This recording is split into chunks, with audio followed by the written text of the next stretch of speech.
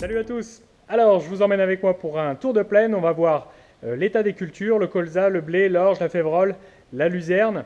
Et j'emmène avec moi un cutter et je vous explique tout de suite pourquoi.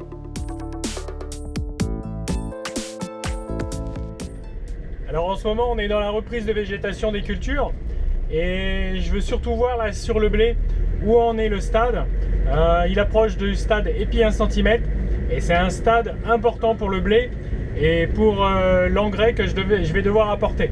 En effet, ce stade-là m'indique le moment où il faut que j'apporte une fumure un engrais sous forme d'azote, de l'engrais liquide. Donc j'ai besoin de savoir où en est son stade.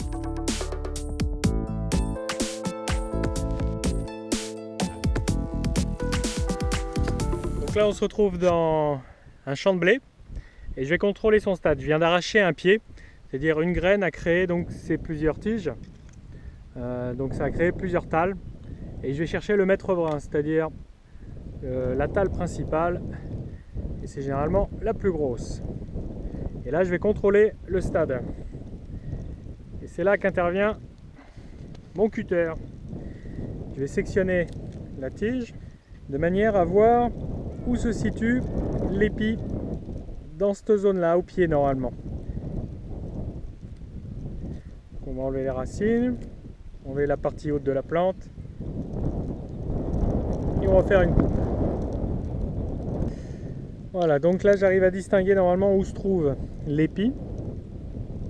Il se trouve par ici. Donc là il est tout juste en train de décoller, tout juste en train de partir de sa base.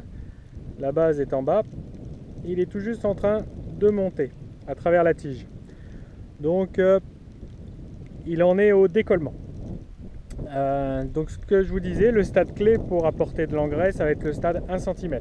Donc là, bon, je peux dire qu'il faut au moins encore une semaine avant qu'il soit à 1 cm et que je précise et que je m'organise pour apporter de l'engrais.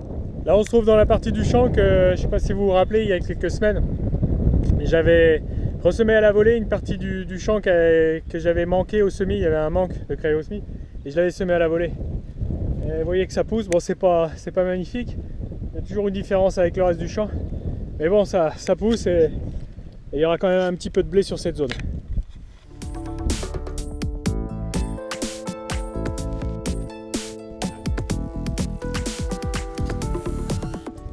Bon là on passe au champ de févrole. Je l'ai semé il y a un peu plus de 3 mois maintenant.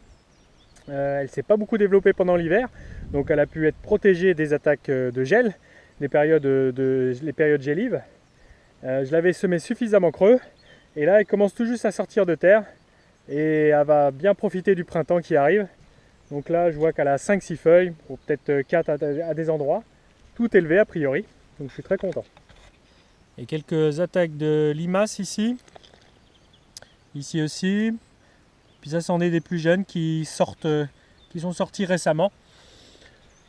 Donc voilà, ici on est dans les petites terres à faible potentiel. Bon, on arrive dans le champ d'orge.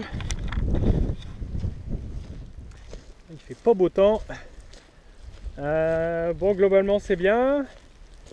Elle a donc fini de taler, puis je pense qu'elle doit être comme le blé en train de se redresser. Normalement l'orge a un peu plus d'avance sur le blé.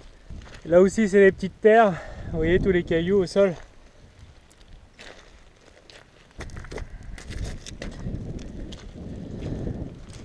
Voilà, c'est pavé de petites pierres. Voilà, donc on était dans l'orge et on passe tout de suite dans le champ de luzerne. C'est le seul champ de luzerne que j'ai. Il y a une vingtaine d'hectares ici, tout du long. Et voilà, on est début mars. Elle était fauchée donc au mois de septembre pour la graine.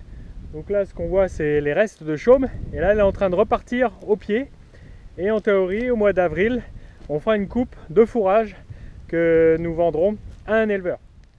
Donc ça c'est une jeune pousse.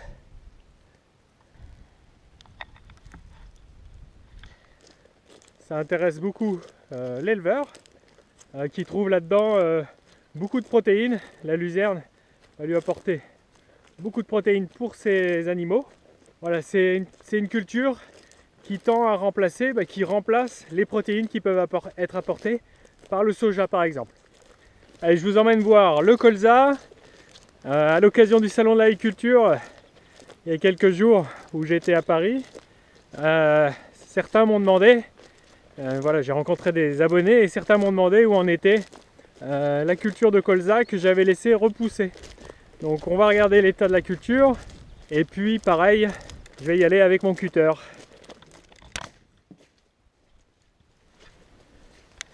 Nous voilà dans les repousses de colza.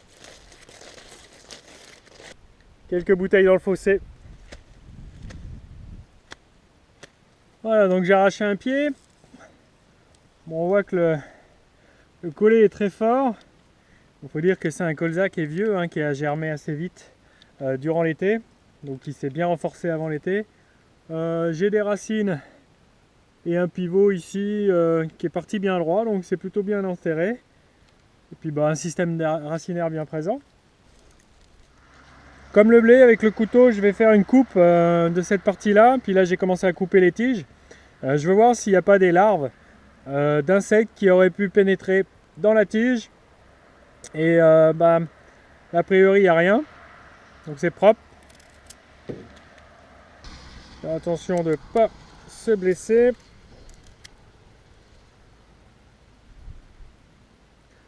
Bon, voilà, bon, la tige est indemne de galerie. Donc là, je suis content. Elle n'est pas endommagée. Bon, après, il y a peut-être d'autres qui sont endommagés, mais voilà, il peut y avoir de la larve, qu'elle fasse crever la tige et par conséquent crever la plante. Donc là, c'est plutôt positif. Voilà, c'était un petit tour de plaine de sortie d'hiver. Je vous dis à mardi prochain, 7h30. Salut!